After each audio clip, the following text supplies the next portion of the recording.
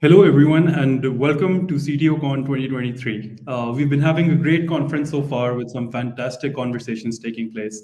And keeping in line with that, we have another great panel for you all. And I, for one, am really excited to be moderating today. The topic we'll be covering is creating a culture of innovation, how to yield disruption and growth. And we'll be talking about some of the best practices, techniques, and strategies on creating and fostering a culture of innovation and how it can lead to competitive advantages for the organization that is practicing it, all the while managing the risks that come with it. It gives me great pleasure to introduce our panelists for today. With us, we have Mauricio Morales, who is founder and CEO at Dailybot, and we have Mehrad, who is co-founder and chief product officer at Curates. Gentlemen, thank you so very much for your time. I'd like to throw the mic to both of you. So, Mauricio, if you could start and just introduce yourself and talk a bit about Dailybot. Sure. No, thank you for having me here, and it's a great pleasure to participate and do a little bit to contribute to you all that are in this panel. So, founder and CEO of Dailybot. Dailybot is a toolkit for modern teams that want to change the way they work, basically.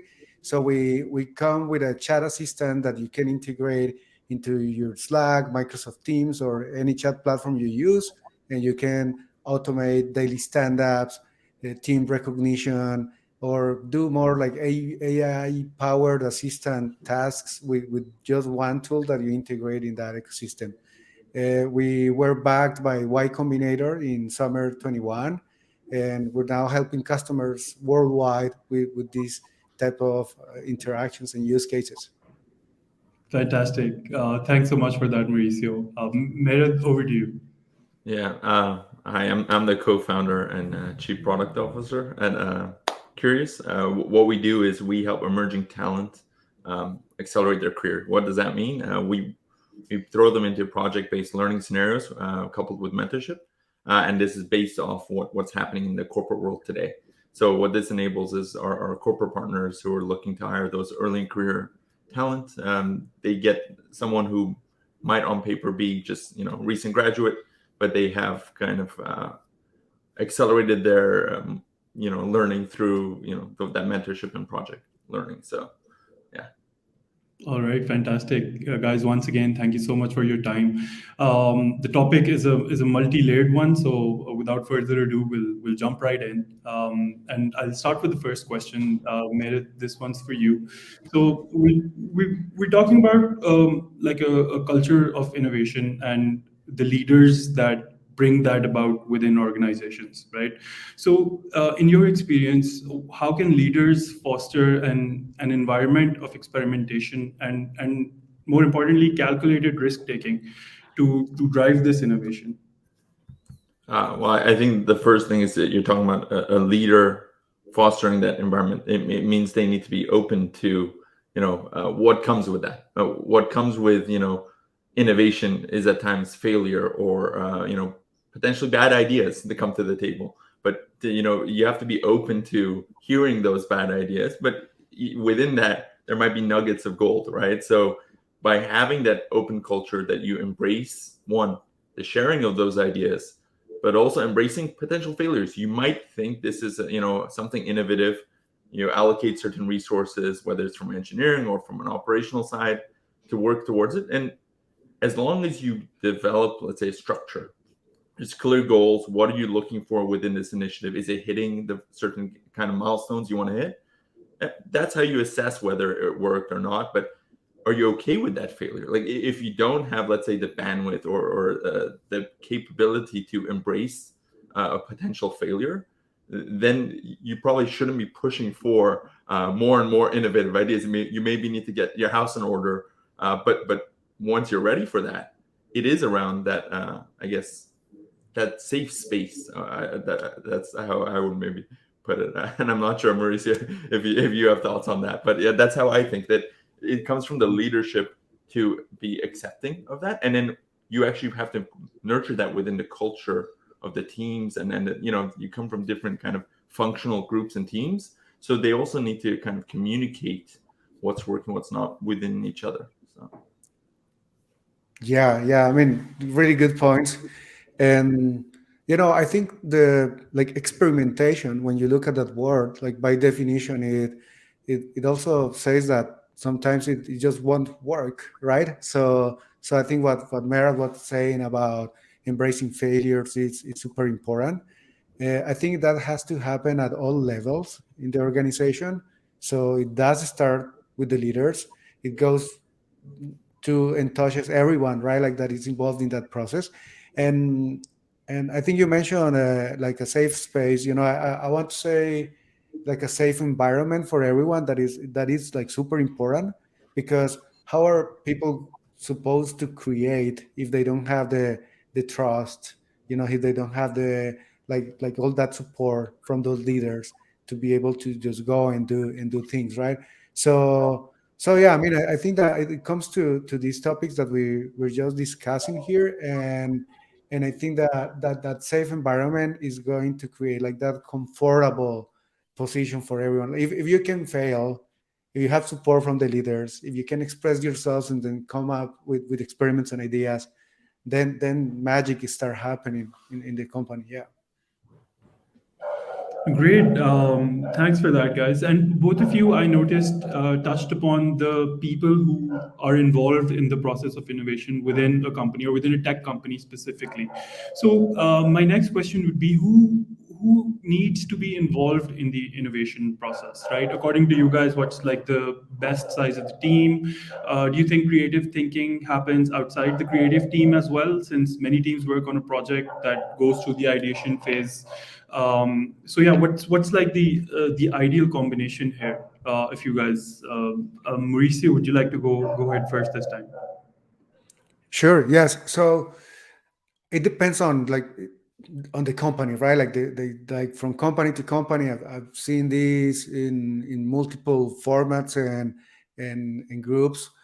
The sometimes companies create a like an innovation unit, innovation team, and this is the team that is responsible of looking at opportunities, just like driving all that change of all across the company. And some other companies try to do a more org wide program. And I think the way I look at innovation is like continuous improvement. And I like to think of companies like as a product. Like you have a company and you have Apple 1.0, and tomorrow you're going to have Apple 1.1. Like what are the things that you have to change internally and improve over time, so that you continue innovating and reinventing yourself. And I think that's important. So if you want to look at it in that way, you kind of have to put like innovation in on the hands of everyone in the company. You need to change the behaviors, you need to change the mindset of everyone, so everyone is pushing for that improvement all the time. Because you apply innovation to your processes, you apply innovation to new products that you put in the market, you apply innovation to the management techniques that is going to help you retain the talent in different ways. So the more you have it spread across the teams, the better. Fantastic. Thanks, Mauricio. That's my. Yeah, I mean, I agree with Mauricio. There's obviously like two ways organizations tend to do it. Either like here's our innovation team, they will kind of dictate where innovation comes from. But I think where you see this continuous improvement and you actually see it work better for a lot of companies is when it's starting to embed within the culture, where across different functional teams they're empowered, whether it's through kind of like this alignment of what our North Star is as an organization. And I always think of it in one thing: if we are saying a company is a product, well, the product at the end of the day wants to be used by people. So do all your employees understand that, let's say, the highest priority is to some degree care for your users and their intent of what they want to do? Then within your each functional departments, let's say I am UX UI, like, do I really think of what my end goal of the users to be? But that also comes down to customer service, that comes to your operational side.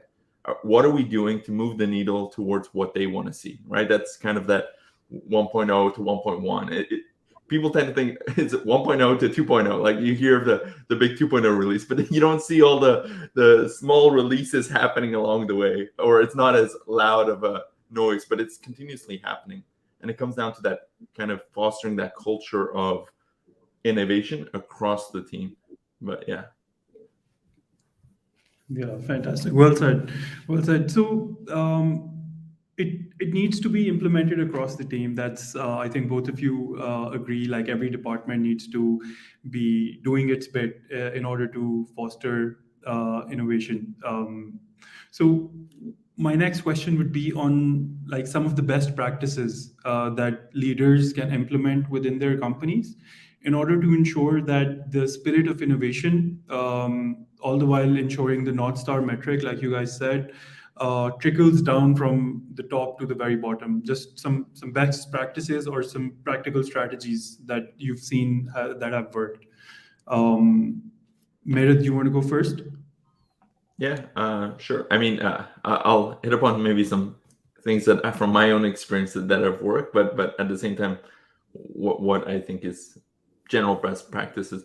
One element I would say of this is yes, setting kind of like a framework from a leadership side, that this is how we will maybe run experiments. This is how we even think of what our North Stars are. So in some cases, kind of like the OKRs, but OKRs don't exist in a bubble in reality. Like there's a relation to other functional teams within the company, and if someone's pushing in one direction, it might be innovative, but it might be counter to what's happening on the other. So there needs to be this better awareness and communication across teams.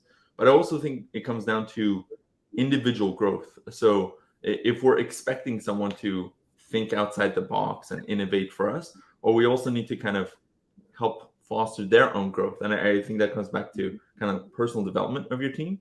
But something we do, and we're biased because we believe in mentorship, that this idea of that you can kind of support one another in the company through mentorship. So it doesn't necessarily have to be junior to senior, but it could be among seniors themselves sharing, let's say, certain knowledge or practices they know, or even sharing skills. So when that domain transfer of that, my specific background within customer service translates to someone within product, I maybe start to think of how we're implementing some of the features or our onboarding, whatever features that I'm working on through a different lens. So I think that mentorship plays a role within the broader personal development.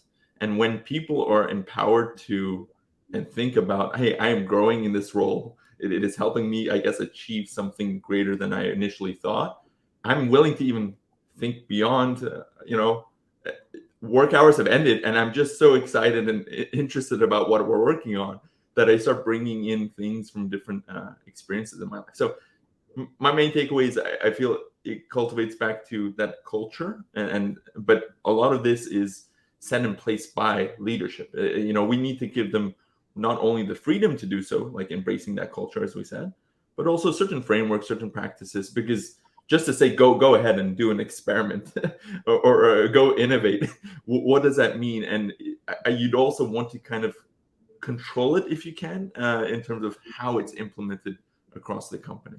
So those are just some practice I would recommend. Mauricio, if you have.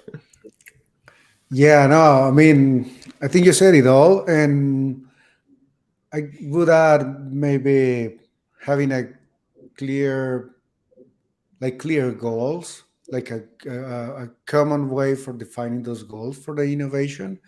Because when you talk about like what Mehrad said, like cross team collaboration and that communication, it is important that everyone is aligned. So those goals are important, right? So that's one of the things. And as you mentioned, best practices.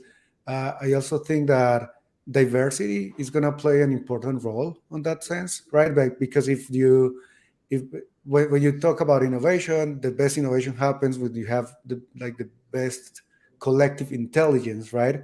And to have a good collective intelligence, if you can have it with a very diverse group, that is gonna just work better, right? Like people from different contexts, different experiences, and all that. So I would just add that to those points that Mehrad well said. Yeah.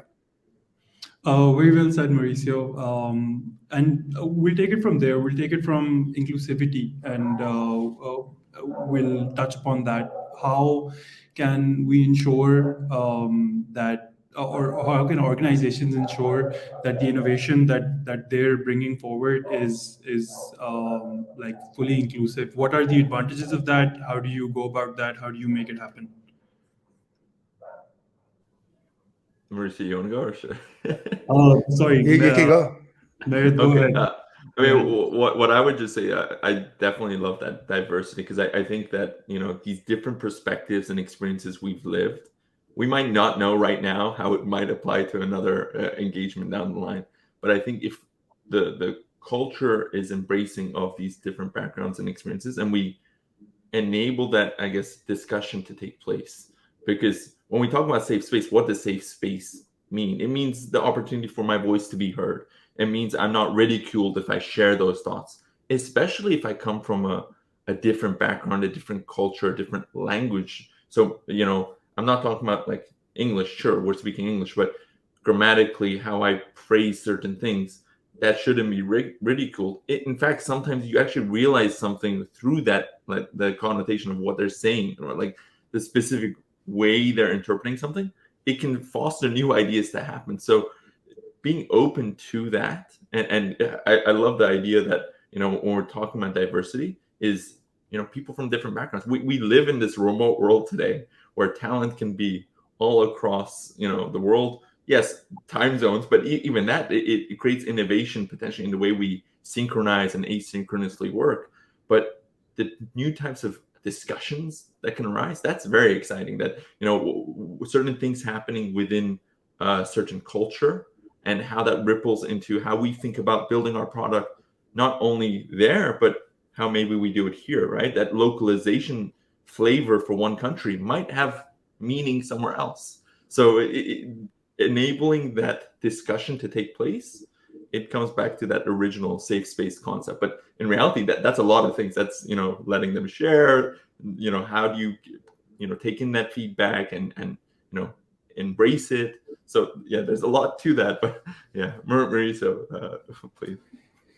So yes, and it all comes to that safe space, like creating that good, welcoming environment for people to participate. And I think from a leadership perspective, is just like deciding it, like okay, let's make the team more diverse and let's build that. But then I think just one takeaway is like, how do you make sure that those hires are gonna play well in such environment, and I think that there are just like, maybe, I mean, there are more, but two important points, which are that they are empathetic and that they are kind and respectful, right? So I think like if you just focus on bringing people that have those values, they're gonna play well with each other, no matter like the cultures and all that, So that would be the addition, yeah. Very well said. So we all agree that all of this comes with risks and that things could go wrong, right? So for founders or for companies that are trying to drive innovation through their ranks, what are some of the things that could go wrong that they need to watch out for? Some of the challenges that they might face in this extremely cross-functional cross-functional journey that they're on. What are some of the things that can go wrong? Yeah. Mauricio, do you want to go first? Sure, yeah. So I think it's a really good question, by the way.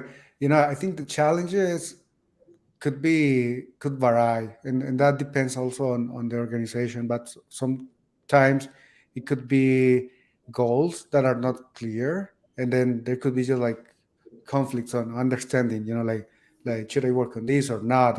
Should I try to innovate on this or not? Because it's not clear if the company is going to value that, right? And I think another challenge could be the like how do you make sure that people are continuously engaged with innovation, right? Like if they propose something, they do it again, right? And I think that could be something that you can solve with interesting rewards, with offering them the resources to execute on those ideas and initiatives they have. Like just imagine that you're a company, you come with a great idea that everyone says that it's a great idea, but then you go to some leader and say like, oh no, you cannot do it because of this and that, right? So and you see companies like Google or these companies that have done that successfully just by giving them the the freedom to execute, but also some resources so that they can get it to a point, right? If something works, just do your best to reward those employees, recognize them, continue with those projects to the next stage, so that people see that there is an impact, right? And yeah, I would say those points, Mehrad. What would you add there? Yeah. Yeah, I mean, I think I want to go back to what you said about empathy, right? Because that, in a way, is a way for you to understand maybe what someone else on your team is potentially thinking, but even just how they interact. So that comes down to like the risks I was saying in terms of there might be a little bit of language barrier, but that's usually not the main thing. It's maybe a bit more slight cultural differences where I perceive something you're maybe saying is very harsh, but in reality, if I was more empathetic, right, if I understood a bit more or had the interest to learn a bit more about your culture, and I understood, no, that's actually just how it is, and I won't perceive it as hostile. And I think that comes back to something bigger in terms of when we have cross-functional teams, we have different goals and priorities, obviously for each team.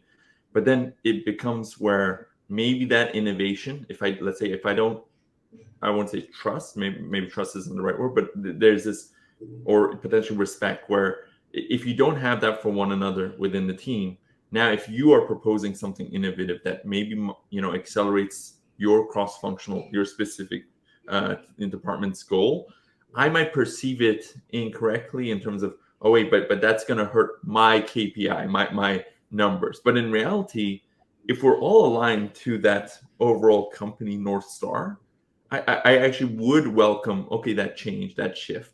In a way, you hinted something where Google, right? Google was known for that 20% time. They kind of, and I think, was it Gmail and I think Google Maps were kind of two of the takeaways. And if you think of those right now as a standalone product, are just fascinatingly large. But Yeah. imagine if the culture was not embracing of that, and Google would have said, well, no, we won't give you the resources to pursue something like that, and we're going to focus on search alone.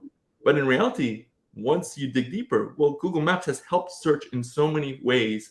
It has, a different approach to search. Same thing with Gmail in terms of the context and additional metadata they have. But at that initial moment, the initial proposal, well, why is someone spending 20% of their time doing this? Well, it was that chance they took.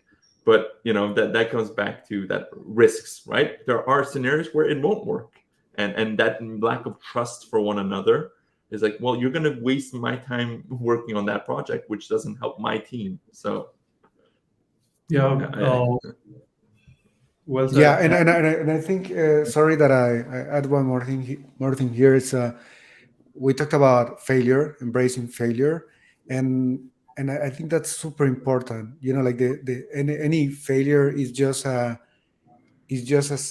succeeded experiment. It's a learning experiment. Like you after the failure, you're in a better position to just do it again and continue repeating. So over time, you just become really good at innovation.